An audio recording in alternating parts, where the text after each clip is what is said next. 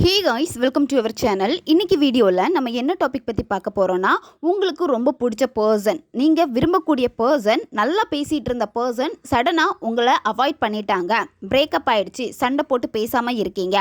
அந்த நபர்கிட்ட நீங்கள் காரணம் கேட்டாலும் சரி கேட்கலனாலும் சரி, அவங்களுக்கு உங்கள் மேலே இருந்த இன்ட்ரெஸ்ட்டே போயிடுச்சு.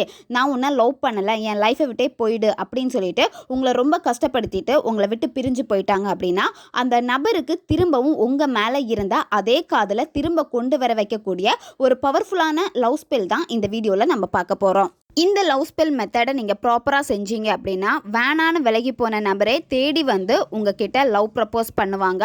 லவ் பண்ணுறேன்னு அவங்களே உங்ககிட்ட தெரியப்படுத்துவாங்க. அவங்க வாயாலே சொல்லலைனாலும் சரி, அவங்களுடைய பேச்சுக்கள் எல்லாமே வந்து ஈஸியாக உங்களுக்கு காமிச்சு கொடுக்கும். அவங்களுக்கு இப்போ உங்கள் மேலே அந்த லவ் இருக்குது, அளவுக்கு அதிகமான காதல் இருக்குது அப்படின்னு ஈஸியாக நீங்களும் புரிஞ்சுப்பீங்க. நம்ம வீடியோக்குள்ளாடி போக முன்னாடி நம்ம சேனலை நீங்கள் இதான் ஃபஸ்ட் டைம் பார்க்குறீங்கன்னா மறக்காமல் சப்ஸ்கிரைப் பண்ணிக்கோங்க. பக்கத்தில் இருக்க பெல் பட்டனையும் கிளிக் பண்ணிக்கோங்க. அப்போ தான் நான் போடுற வீடியோஸ் எல்லாமே உங்களுக்கு உடனுக்குடன் நோட்டிஃபிகேஷனில் வந்துக்கிட்டே இருக்கும். வாங்க வீடியோக்குள்ளாடி போகலாம்.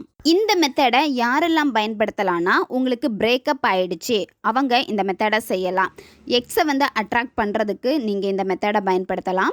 உங்ககிட்ட நல்லா பேசிகிட்டு இருந்தாங்க, சடனாக ஏதாவது ஒரு காரணத்துக்காக உங்களை வேண்டான்னு சொல்லிட்டு டெம்பரரியாக இப்போ ரொம்ப கோவத்தில் பேசாமல் இருக்காங்க அப்படின்னா, அந்த நபருக்காக இந்த மெத்தடை பயன்படுத்தலாம். ஒன் சைடு லவ்வில் இருக்கிறவங்க இந்த மெத்தடை பயன்படுத்தலாம். நீங்கள் லவ் பண்ணுற பர்சன் அவங்களுக்கு வேறு லவ் எதுவுமே இருக்கக்கூடாது, அவங்க சிங்கிளாக இருக்காங்க அப்படின்னா நீங்கள் இந்த மெத்தடை தாராளமாக பயன்படுத்துங்க.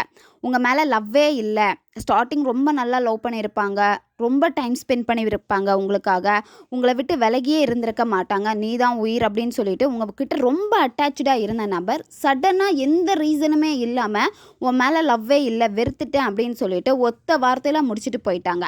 ஆனால் உங்களால் அதை ஏற்றுக்க முடியாமல் இருக்கும். அந்த நபர் திரும்ப என்ன லவ் பண்ணணும், அதே காதல் எனக்கு வேணும்னு நீங்கள் ஏங்கிக்கிட்டே இருப்பீங்க. நீங்கள் இந்த மெத்தடை தாராளமாக பயன்படுத்தலாம். நன்மைக்காக மட்டுமே பயன்படுத்துங்க. இந்த மெத்தடை வந்து நீங்கள் எந்த டேயில் செய்யணும்னா, இதை நீங்கள் அமாவாசை நாளில் தான் செய்யணும். அமாவாசை நாளை தவிர்த்து வேறு எந்த நாள்லையுமே இந்த மெத்தடை நீங்கள் செய்யக்கூடாது. இந்த மெத்தடை எந்த நேரத்தில் நீங்கள் செய்யணும் அப்படின்னா, நைட்டு நீங்கள் 11 மணிலேருந்து 1 மணி இந்த இடைப்பட்ட நேரத்துக்குள்ளாடி தான் இந்த மெத்தடை நீங்கள் செய்யணும். நான்வெஜ் சாப்பிட்டுட்டு இந்த மெத்தடை நீங்கள் செய்யலாம். நீங்கள் நான்வெஜ் சாப்பிட்டீங்க அப்படின்னா குளிச்சுட்டு தான் மெத்தடை செய்யணும். பெண்கள் தீட்டு சமயத்தில் இந்த மெத்தடை வந்து செய்யலாம். நீங்கள் மெத்தடை செய்ய போகிறதுக்கு முன்னாடி ஈவினிங் நீங்கள் தலைக்கு குளிச்சுட்டு இந்த மெத்தடை செய்யுங்க. யாருன்னே தெரியாத ஒரு நபருக்காக இந்த மெத்தடை நீங்கள் செஞ்சீங்கன்னா இது உங்களுக்கு வேலை செய்யாது. உங்களுக்கு அந்த நபரை நல்லா தெரிஞ்சிருக்கும், ஆனால் அந்த நபருக்கு நீங்கள் யாருன்னே தெரியாது, நான் இந்த மேனிஃபெஸ்டேஷன் பண்ணுறேன் எனக்கு வேலை செய்யலை அப்படின்னு நீங்கள் கேட்டீங்க அப்படின்னா இது உங்களுக்கு வேலை செய்யாது. நீங்கள் ஆல்ரெடி பேசியிருக்கணும், நல்ல ஒரு பாண்டிங் உங்களுக்குள்ளாடி இருக்கணும். அப்படி இருந்தால் மட்டும்தான் மெத்தட் வந்து வேலை செய்யும். இந்த மெத்தடுக்கு உங்களுக்கு தேவைப்படுறது ஒரு A4 ஷீட் பேப்பர் எடுத்துக்கோங்க. இந்த A4 ஷீட் பேப்பரில் வந்து 2ஆக மடிச்சிங்க அப்படின்னா அதில் பாதி பேப்பர் உங்களுக்கு போதும். நீங்கள் லைன் போட்ட பேப்பர் எதுவுமே யூஸ் பண்ணக்கூடாது, பிளைன் பேப்பராக தான் இருக்கணும். இதில் நீங்கள் ரெட் கலர் பென் வந்து யூஸ் பண்ணிக்கோங்க. ரெட் கலர் பென்னை தவிர்த்து வேறு எந்த பெண்ணுமே நீங்கள் பயன்படுத்தக்கூடாது. இந்த மெத்தடை செய்கிறதுக்கு ஒரு அமைதியான பிளேஸை வந்து சூஸ் பண்ணிக்கோங்க. யாருமே உங்களை டிஸ்டர்ப் பண்ணக்கூடாது. அதே மாதிரி உங்களுடைய கான்சன்ட்ரேஷனும் வந்து பார்த்திங்கன்னா மிஸ் ஆகக்கூடாது. மற்றவங்க டிஸ்டர்ப் பண்ணாத மாதிரியான அமைதியான பிளேஸாக தான் இருக்கணும். ஏன்னா நீங்கள் மெத்தடை செய்கிறப்போ மற்றவங்க பேசினாலோ இல்லை அவங்க வர மாதிரி இருந்தாலோ உங்களுடைய கான்சன்ட்ரேஷன் மிஸ் ஆகும். அப்போ நீங்கள் இங்கே செய்கிற எனர்ஜி எல்லாமே வந்து பார்த்தீங்கன்னா இங்கே வந்து ஸ்டாப் ஆயிரும். அதனால் இது வேலை செய்யாமல் போயிடும். அதனால் ரொம்ப அமைதியாக யாரும் டிஸ்டர்ப் பண்ணாத மாதிரி பார்த்துக்கோங்க. யாருக்காக இந்த மெத்தடை செய்ய போகிறீங்களோ அந்த நபருடைய ஃபோட்டோ தேவைப்படும். ஃபோட்டோ இல்லை அப்படின்னா அந்த பர்சனை உங்களுடைய மனக்கண்ணால் பார்க்க முடியும், இமேஜினேஷனில் அவங்களுடைய உருவத்தை உங்களால் கொண்டு வர முடியும் அப்படின்னா ஓகே தான். நீங்கள் அமைதியாக ஒரு பிளேஸை உட்காந்துட்டு இதுக்கு தேவைப்படுறது ஒரு மெழுகுவர்த்தியை ஃபஸ்ட்டு ஏற்றிடுங்க. மெழுகுவர்த்தியுடைய வெளிச்சத்தில் தான் இந்த மெத்தடை வந்து நீங்கள் செய்யணும். ஃபஸ்ட்டு நீங்கள் வெறும் தரையில் உட்காரக்கூடாது, ஏதாச்சும் விரிப்பு போட்டுட்டு அதுக்கு மேலே உட்காந்துருங்க. நீங்கள் மெழுகுவர்த்தியை ஒரு 2 நிமிஷமாச்சும் நல்லா உத்து பாருங்கள். அந்த நெருப்பை உங்கள் கண்ணை சிமிட்டாமல் பாருங்கள். கொஞ்ச நேரத்துக்கு பார்த்துட்டு அதுக்கப்புறம் கண்ணை சிமிட்டுனா ஓகே. எவ்வளோ உங்களால் கான்சன்ட்ரேஷன் பண்ணி பார்க்க முடியுமோ அந்த அளவுக்கு அந்த நெருப்பில் நீங்கள் ஃபோக்கஸ் பண்ணுங்கள். அதுக்கப்புறம் நீங்கள் என்ன பண்ணணும்னா கண்களை மூடுங்க. கண்களை மூடுறப்ப என்னென்னா அந்த நெருப்புடைய அந்த சிம்பல் வந்து உங்கள் கண்ணில் வந்து தெரியும். நீங்கள் கண்ணை மூடுறப்பவே அது கொஞ்சம் நேரம் அந்த மாதிரி தான் இருக்கும். அது எதுவுமே இஷ்யூஸ் கிடையாது. 10லிருந்து 15 வாட்டி மெதுவாக மூச்சை உள்ளே இழுத்து வாய் வழியாக மூச்சை வெளியே விடுங்க.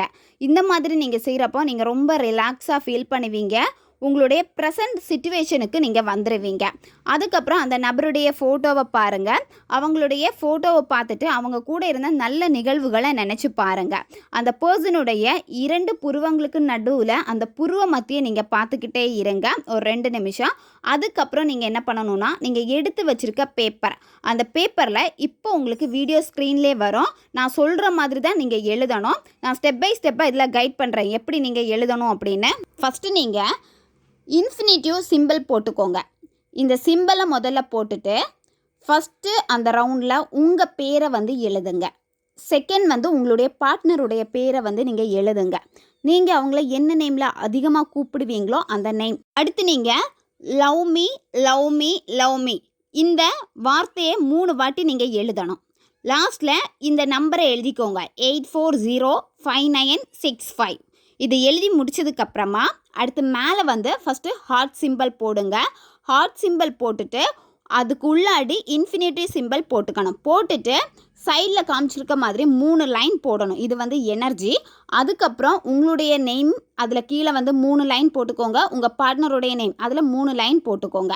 இப்படி தான் நீங்கள் எழுதணும். இந்த லவ் ஸ்பெல் நீங்கள் எழுதுகிறப்பவே அந்த பர்சன் இப்போ உங்களை லவ் பண்ணிகிட்டே இருக்காங்க, அளவுக்கு அதிகமாக லவ் பண்ணுறாங்க, அந்த ஒரு உணர்வு நிலை சந்தோஷ நிலையில் தான் நீங்கள் எழுதணும். எழுதுகிறப்பவே ரொம்ப ரொம்ப ரொம்ப மகிழ்ச்சியாக அந்த உணர்வை வந்து நீங்கள் கொண்டு வரணும்.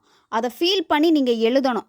அதுக்கப்புறம் நீங்கள் என்ன பண்ணணும்னா இந்த பேப்பரில் வந்து ஏதாச்சும் ஒரு பர்ஃப்யூம்னால் நல்லா ஸ்ப்ரே பண்ணிடுங்க. ஸ்ப்ரே பண்ணிவிட்டு இதை வந்து நீங்கள் நைட்டு தூங்க போகிறப்போ மடித்து உங்களுடைய தலகாணிக்கு அடியில் வச்சுட்டு நீங்கள் தூங்குங்க. நெக்ஸ்ட் டே மார்னிங் நீங்கள் என்ன பண்ணணும்னா உங்கள் கூடவே இருக்கிற மாதிரி உங்கள் மொபைல் பவுச்சிலையோ அப்படி இல்லைனா நீங்கள் யூஸ் பண்ணுற பேக்லேயோ நீங்கள் வச்சுருங்க. நெக்ஸ்ட் டே நீங்கள் தூங்க போகிறதுக்கு முன்னாடி இந்த பேப்பரை ஓப்பன் பண்ணிவிட்டு அதில் நீங்கள் எழுதியிருப்பீங்க அந்த நபருடைய பேரை சொல்லிவிட்டு love me love me love me. அதுக்கப்புறம் அந்த நம்பரை நீங்கள் சொல்லணும். சொல்லிவிட்டு நீங்கள் கண்களை மூடி அந்த நபரை நினச்சிட்டு திரும்பவும் உங்களுடைய பில்லோ கடியில் வச்சுட்டு நீங்கள் தூங்கிடுங்க. இதை நீங்கள் 21 நாள் தொடர்ந்து நீங்கள் செய்யணும். ஒவ்வொரு நாள் நைட்டு தூங்குறப்பவும் இந்த வார்த்தைகளை சொல்லி நம்பரெல்லாம் நீங்கள் சொல்லிட்டு தான் தூங்கணும். 21 நாள் முடிச்சதுக்கப்புறம் என்ன பண்ணணும்னா இந்த பேப்பரை ஈவினிங் 7 மணிக்கு மேலே வந்து நீங்கள் எரிச்சிடுங்க. எரிச்சிட்டு இந்த சாம்பலை வந்து அப்படியே ஊதி விட்டுருங்க காற்றுல.